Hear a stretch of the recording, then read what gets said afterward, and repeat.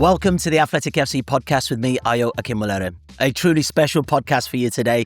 We've got Ilkay Gundogan, one of the greats to play in the Premier League and a guy that's won a lot with Manchester City. 5 Premier League titles, the Champions League, and let's not forget the treble as well. He's also won 2 FA Cups and 4 League Cups as well. He had the opportunity to speak to our very own Jurgen Campbell, and they spoke about some great things, playing under Pep Guardiola, how he still stays in shape, but also that move to Turkey as well. Sit back and enjoy. 2 months in Istanbul for you, Ilkay. How much of a dream was that for you when you were growing up to one day play for Galatasaray? And did you think it was maybe not going to come? To be honest with you, sometimes I thought might not happen, like especially in the last years maybe, because obviously I was aware of getting older, where my career was. And we spoke a couple of times in the past, throughout several summers.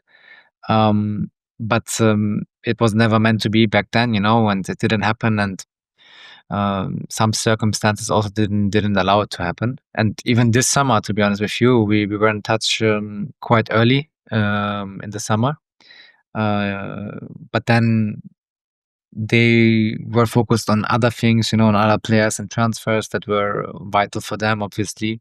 So it was a bit of a waiting game, if I'm completely honest with you. And it happened in the last days. So everything happened so quick and had to happen so quick as well. So I was able to still be registered for the Champions League squad. Otherwise, obviously, it would have been very difficult, to do that transfer. And yeah, it was meant to be. It was meant to be for this summer.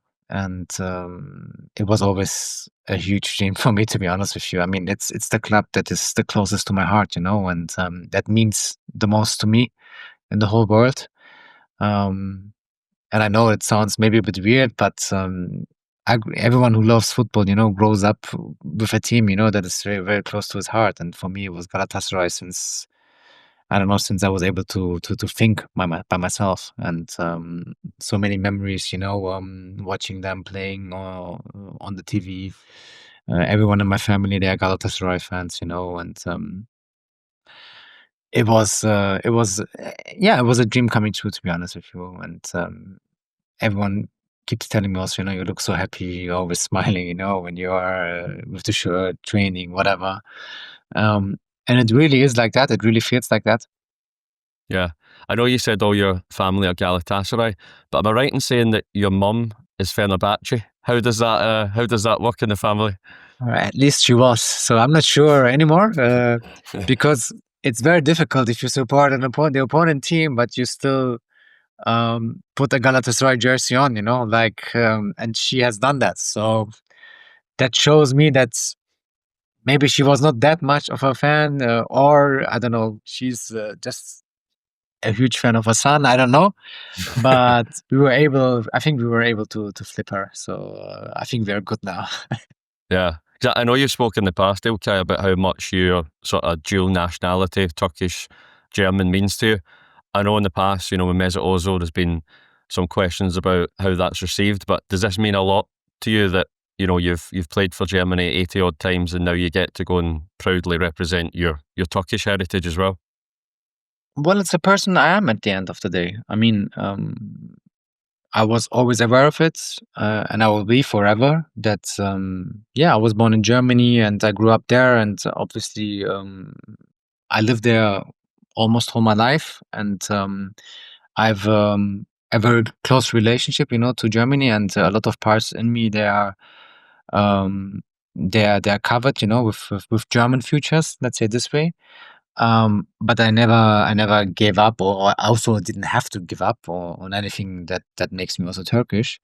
But I was always aware, and I always was grateful and appreciated also my Turkish roots, and was always very close to my grandparents that used, or still the ones that are alive, still living here in Turkey, rest of the family. So spent always all the school holidays, in the summer in Turkey. And obviously also I'm proud, to be Turkish. So I think it's difficult for people to understand who don't have that, whether it's Germans in Germany, English in England probably as well, or Turks in Turkey. But if you grow up between two cultures, which a lot of people do as well, it's probably easier, to understand, and to understand also that you respect both cultures. Yeah, I know when we spoke at the Club World Cup in the summer, Ilkay, you were saying that you feel as if you're capable of playing at a high level for many more years. I know you're 34 now, but do you have an age in mind, Ilkay, as to when you want to keep playing until? Not really, to be honest with you. Haven't set anything, in my head. I don't know. The only thing that I know is that once I feel like it's not so much fun anymore, or I don't know, that my body doesn't allow me anymore to be on a certain level, that I should then decide about that. But then obviously maybe I think I'm still ready for it, and other people don't think that I'm ready still for it. I think this is also something I need to see, how things are going. But in general, I think I'm quite sensitive, to at least see a trend, and see which way things go. So I'll just go with it then, to be honest with you. Yeah, and just a final one before we go on to the actual football clips themselves was just when it comes to leaving Man City. Obviously, I know that was for the second time, but after your return there for a season, what was that final conversation like with Pep, who's had such a big influence on your career? Just a sign of gratitude, and appreciation for each other. I mean, we always had a great relationship, and we always will have a great relationship. Obviously, in football, always circumstances change, and things evolve in different ways. And I think we're both smart enough, to kind of see that and accept that. So there was nothing negative. Everything was on a very respectful, a high level conversation between friends at the end of the day, and not just with Pep, I have to say, even with the chairman, or with Ferran Soriano. I had conversations with all of them, and I have an incredible connection to the people of Man City, and this will always be the case. And obviously, I will always follow them, as a fan and supporter as well. And that's why the respect is still immense for each other. Yeah, I just wondered actually when you said you said goodbye to others. When you leave the team behind, I know football players are now big parts of group chats and stuff like that. Do you get a farewell from the players? What happens when you leave the team group chat? I mean, normally we just put a message, and give some nice words to your colleagues, because obviously they have done also a lot for you, and show just your appreciation, to them. And then what normally happens is that they will, most of them at least, would reply, and say thank you, and would wish you also the best, for the future. And then once you think, okay, enough messages now, enough replies from them, you just leave. That's how it works. You leave the chat. And then soon later, a few hours later, you're on a new chat with new people. Let's move on to hopefully the fun part, okay? So there's a couple of clips here that I just wanted to sort of show you, and then you can talk me through that part of your game. But if we could just start off with one from your Dortmund days. So it was a semi-final against Real Madrid. A long time ago. This one's your dribbling here, and this is, I think, when your Dortmund days, that's what I remember as you getting the ball on the turn and running at pace with momentum. Sometimes you just do things, instinctively as a football player. You just don't plan things sometimes. I mean, I try to plan most of the things that I do, but sometimes you put yourself in situations where, you have to react to what is happening in front of you. In these Dortmund days, was a little bit a different football also, you know. It was very young team, athletic team, you know, and very transitional game, high intensity, a little bit like, you know, the club, Liverpool that everyone knows, you know. And that was kind of as well the way I had to adapt myself, which took me a little bit of a time, you know, coming from a small club like Nuremberg back then to Dortmund. But you know, once I got it, if that makes sense. And I was just just a member, you know, of a young and a dynamic team, and it was a lot of fun. Because that's what I was going to ask you actually, is the year you joined Dortmund was the year that they broke Bayern Munich's dominance of the Bundesliga. And I checked this, you're one of only 5 players to have played for Jurgen Klopp and Pep Guardiola. So you're very rare in the sense that you've worked with arguably the 2 best coaches of this generation. I just wondered, when you reflect on your career, whose vision of the game is most similar to yours, and how maybe they've both shaped your vision of the game? Now, sitting here right in front of you, I have to be very honest and need to answer Pep, because it's just of what we lived together, achieved together, you know, what the dominance maybe also that we had, you know, in the English Premier League for several years, and the way we've played also so enjoyable football, because the memory is more fresh, you know, as well. With Jurgen, I started working in 2011, I think, summer 2011, which is more than 14 years ago. And I stopped working with him when he left, I think, in the summer of 2015, if I'm not wrong, 4 years, which is more than 10 years ago. So obviously the memories are not that clear anymore in your head, even though we had amazing memories together as well, you know, and enormous success. And I loved playing for him, you know. I loved the way we've played football, you know, with teammates.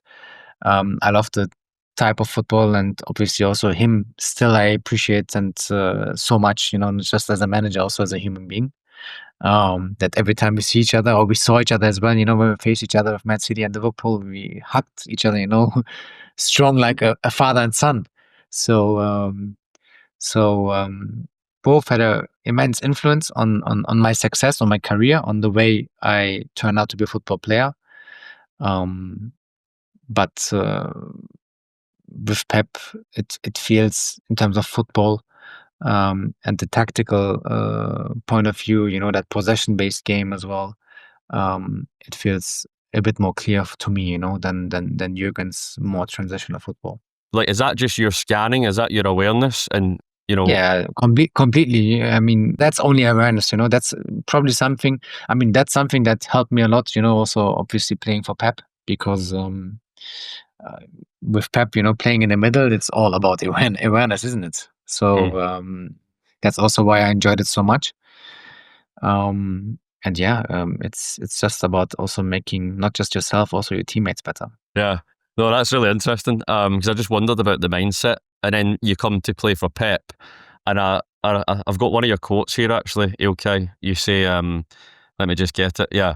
So you described playing against Pep's Bayern as you spend 90 minutes chasing the ball and you don't understand why. It's like there's a matrix there that you cannot see.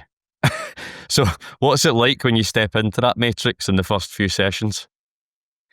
I mean, first of all, I was very excited, obviously. I knew, or I was aware that the expectation was high, you know, not just to myself. I know that Pep was, you know, like, so crazy in terms of trying to find the perfect game, you know, like trying to make his team play in a perfect way.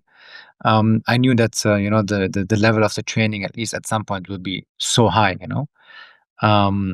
So it was demanding. It was demanding for myself, for my teammates, for everyone.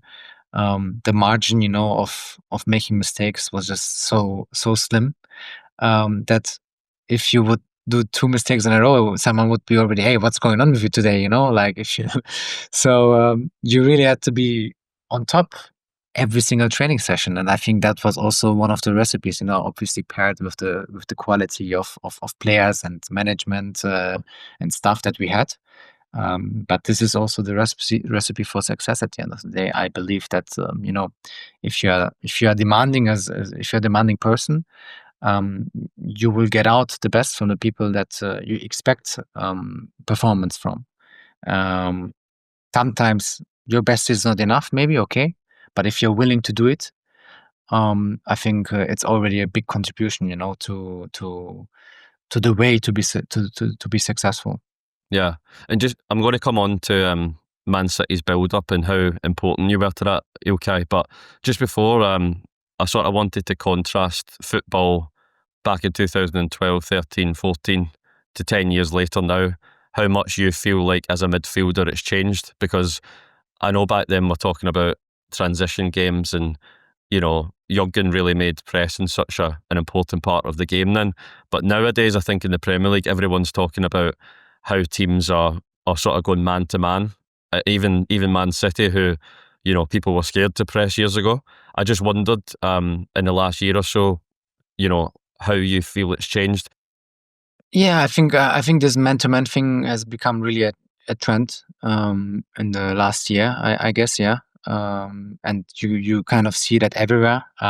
Maybe it's also because it's also so simple and clear. Like you have your man, and like it's obvious if your man beats you or not. So maybe it's more simple for the players as well. It's more simple for the manager as well. I'm not always a big fan of man to man, to be honest with you. In high pressing, I don't mind it.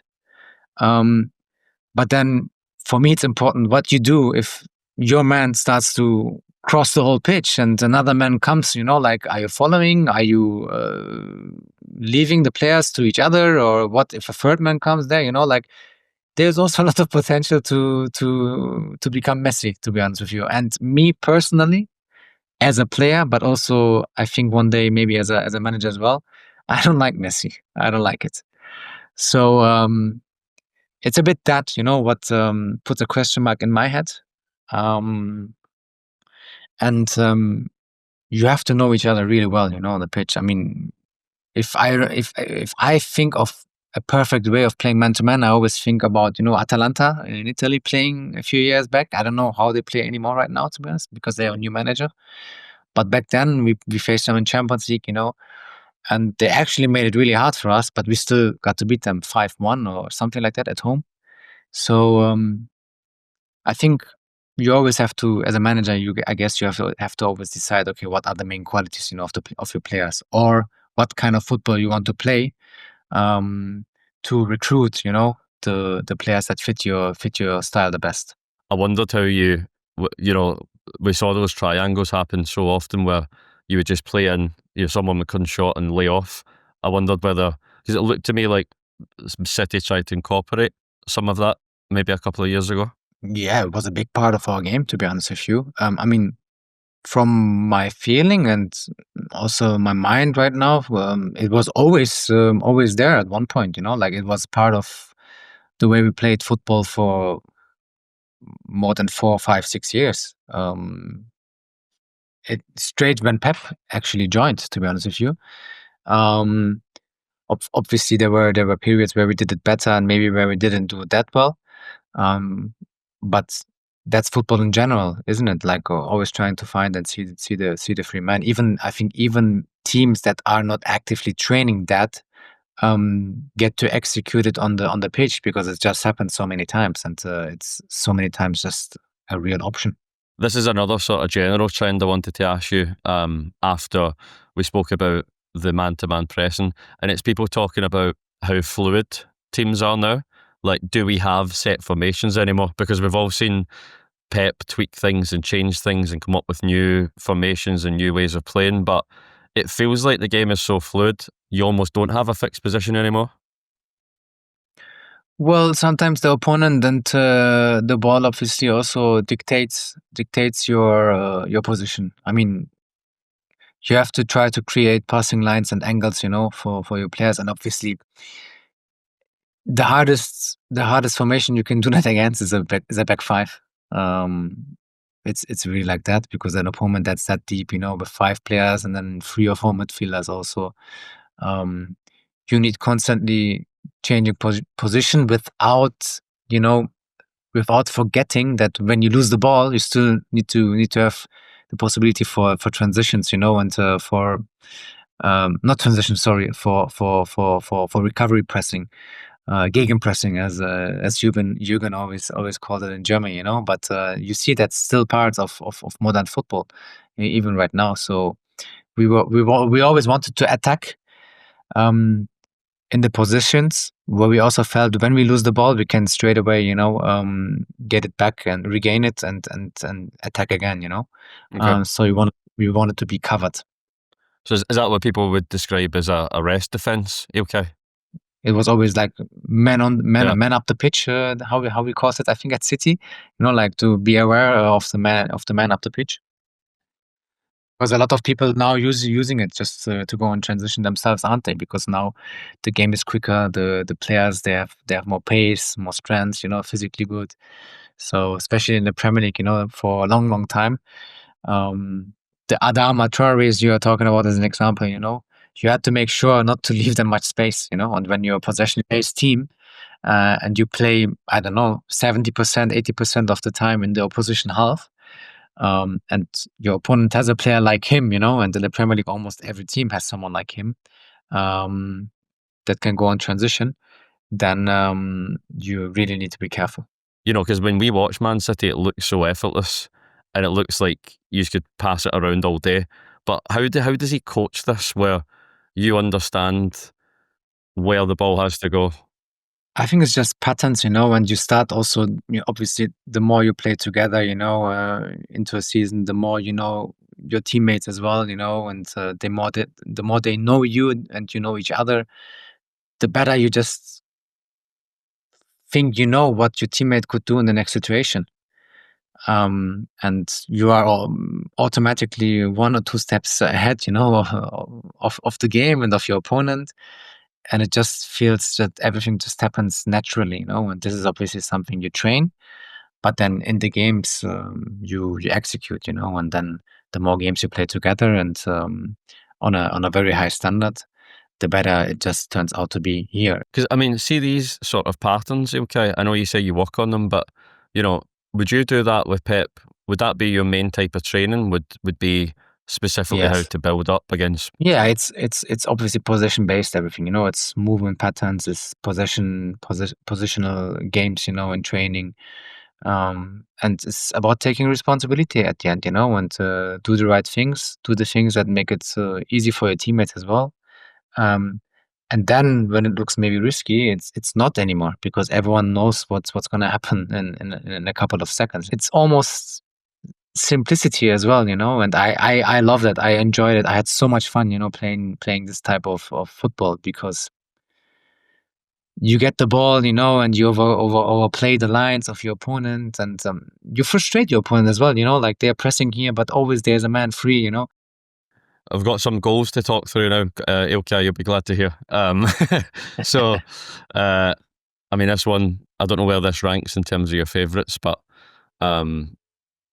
probably one of the best, to be honest with you. Like in terms of execution, in terms of difficulty, I think also because there are a lot of bodies around you, and then a lot of defenders, obviously. So milliseconds to take decisions, and just took 2-3 right decisions, in just a short amount of time. yeah. Because this is one where you're playing just off of Haaland, and that was sort of how your game evolved, wasn't it? You started off as a 6 and 8, and then in the last few years you were playing a bit more advanced. How did you enjoy that evolution when you were maybe playing higher up and as a sort of second striker at times? No, I enjoyed it a lot. Because also my teammates gave me the freedom first of all, but then also I got rewarded because, sometimes you end up always making the runs, always being there in the box, but the ball never really arrives. You know what I mean? Which can be also sometimes frustrating, but my teammates were so good, and we were such a good playing football team that I knew that if I keep making those runs, where else I don't know, somewhere you would make it 20 times and maybe receive it 1 or 2 or 3 times, I make it 10 times, I receive it 6, 7 times, like, then obviously it's easier also, to keep making these runs, because you know that in not just a long time, you will be rewarded, and you will at least get the ball, and then obviously it depends also on your own qualities, what you do with that ball. But it just has become a whole team habit, Yeah, because early in your career, Ilkay, you weren't known for scoring double figures in goals, but then that 2020-21 season, I think you got 17, and then you got 13 a couple of years later in your treble-winning season. Was it Pep that identified that he thought you had the ability to see space? Was it, and break into the box? Was it him that noticed that? Yeah, for sure. I mean, it was also something obviously that we trained, especially something we had to train that season. I think when Kun was out and Gabi Jesus also, they were out for a while. So we didn't really have a natural striker, So we played, I don't know, sometimes me as a false nine. A lot of times it was Kevin or Bernardo Silva playing as false number nines, So obviously we always needed buddies, to make those runs into the box, And I think especially that season, the manager also spotted that I was really good in arriving there, and doing those runs. And at one point, it just gets automatically to an habit, in training, that you keep making it. Your teammates also realizing it, and your manager insisting on looking for those runs, that you just executed in games, And once you start scoring a couple, like you feel more comfortable, your teammates feel more comfortable. It just becomes an habit, on its own. And that led to me scoring, that amount of goals in that year, because also the circumstances allowed it for me, Otherwise, if one of them would have been fit, would probably play still 80 to 90% of all the games. And maybe that would have never happened, So we just dealt with it. I was going to say, I don't know which goal out of the two on that final day is your favourite, Ilkay, whether it's the first one or the second one, but they're both very similar. And like, I think over the years we just got so used to seeing City score, get to the byline, and back post tapping. Like was that? Someone said to me that Pep and even Mikel at Arsenal, they both have like a name for that zone or whatever they call it. Like there's so much focus on arriving into that back post. I don't know about the name for that zone, but yeah, I mean, obviously, that's probably also statistically maybe an area where you score the most. I don't know if that's true, to be honest with you, but I can imagine, because it's also very difficult to defend, isn't it? Now here for Matty Cash as an example, like he still has to keep the offside line. If he drops too much, there's no offside, On the other side, I'm in his back, so he doesn't really see me, like, because he still has an advantage. But for him to sprint back now to the same line as his last defender, I don't know how much sense it makes, because he can't see me. So I could also just stay in a position and Kev could just square it to me there, to the penalty spot. So, but I know Kev's qualities. I know that the ball will arrive, and that he likes to put the ball exactly there where the ball ends up to be. And this just makes, because I'm also now sprinting, towards the second post, and it's no offside. He holds the line with his defender, but still the ball comes in such a dangerous area, where I just have an advantage, because of where the ball has to end up as well. The ball, the defender obviously can't allow the ball to end up in the goal, and me, I have to try to make the ball end up in the goal. And the angle is just much better for the attacker, isn't it? You obviously gained that nickname of Mr. Whippy a few years ago, and I presume that was because the way you curled the ball in with your finishes. I found it funny. I mean, I didn't understand it in the beginning, to be honest with you, but then I found it funny. Yeah, I mean, obviously, I haven't scored that many goals in my career. I mean, I'm not a natural goal scorer, I would say, but like if the team plays well and if the patterns are clear, and if I play the position that I have played, in all those games, I knew that I will always get myself into positions, where I have chances to score, and then it's just about being calm, and just try to execute as well as possible. As an average person watching, like we watch players in those sort of circumstances with 4 players around them, and we think, oh, he should turn and hit it. But like, what is it like when you're actually got those top internationals around you? Like, how quickly do you calculate that turn in the space that you've got? Yeah, of course you have to be quick. I mean, here I know that I have four, but when I take the ball to my left foot, I know that I'm running into 3 Chelsea players. So, and I know that behind me there's not much going on. There's more space. Maybe also because it's not occupied by one of my teammates. So Chelsea players are not so focused on that. So I knew already before Phil controlled the ball, even when Alex played it to Phil, before he was controlled, I knew that there's space behind me, like I kind of was aware of it. And then I just did like I don't know if you call it flick, but I flicked it towards my back. And I knew I could have take a shot, directly. Yeah. And then just one I wanted to ask you about was last season, because obviously City struggled for the first time in a long time. People weren't used to seeing City struggle so much on the counter attack, giving up so many chances. I just wondered what that felt like for you being in midfield, and as you say, you were set up not to concede these, and then all of a sudden it feels like teams are just running 60 yards at you so often. Yeah, I think there was a period, probably between October and February, sometime. There was a period where we struggled a lot. I mean, it's maybe also a bit natural because of how much we have won, in the past, and all the injury issues that we had, especially as well in that year, especially in defense. At one point we dragged ourselves also down, and everything started to frustrate us, and we just made it quite easy, for the opponents also to go on transitions, after losing balls, and just be on the counter attack or invited them to score goals. I think we really struggled in a period like that. That we can do it better. I think we have proven and shown after the March international break. When we played again really good football. And won most of our games, and we were on a run again. But then obviously into the season that later was already too late. To still try to fight for the top spots. But I think making it still into the Champions League after such a difficult season was obviously for us still the best outcome that we could have had.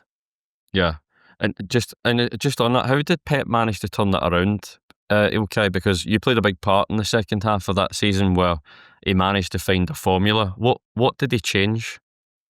Well, I have to be honest. After that March international break, we almost had all of our defenders back again, which helped obviously a lot. Everyone was fit, and the squad was competing again. Everyone was competing with each other. So to play, you had to train really well first of all, and you had to play when you were playing really well. Maybe we got a bit too comfortable, because we knew always because of all the injuries that we had, who was gonna play. I don't know, but the level just increased. I feel like, and the expectation also from ourselves increased. Yeah, and then just to finish off, Ilkay, I guess with you, it's almost difficult to hone in on one thing because you've got such a wide range of skills. But what's the one or two things that you think are the strongest part of your game throughout your career? I think I describe myself as a simple player because I like to keep things simple, and I mean, in my life as well, but then also on the football pitch, I feel like it's enough already to make the simple things on the highest standard, as perfect as possible, whether it's a pass you play, whether it's a control that you make, whether it's just a run that you make for opening up space for a teammate, I just get joy out of simplicity on the football pitch. And if you look at our treble-winning year as an example, the way we built up, everything looks so simple, but everything has been executed in the most perfect perfect way and on the highest standard. And see, in terms of that, it seems quite similar to Pep. and your vision of the game. I know you've said before that you've spoken about potentially working with him as an assistant in the future. I just wondered, Ilkay, like how seriously and in depth have you spoke about that and how you would work together? Very seriously, to be honest with you. I really considered. I already started doing. I already finished to do my first batch. I will do the other ones as well. It just feels natural to me, to go into that space. Obviously, I'm still enjoying, playing actively. But I know that this is going to end one day. Yeah, I'm sure you'll make a great coach, Ilkay. It's been great to get your insight on these clips. Thank you very much, Ilkay. That was Ilkay Gundogan speaking to The Athletic's Jurgen Campbell. Make sure you go online right now to read that interview on The Athletic. Thanks for listening. See you soon. For more from the Athletic FC podcast, make sure you like and subscribe to the channel. We've got top journalists like David Ornstein, Matt Slater, Adam Crafton, Carl Anker, and plenty more through the entire season. Make sure you don't miss an episode of the Athletic FC. You can get it wherever you get your podcasts from.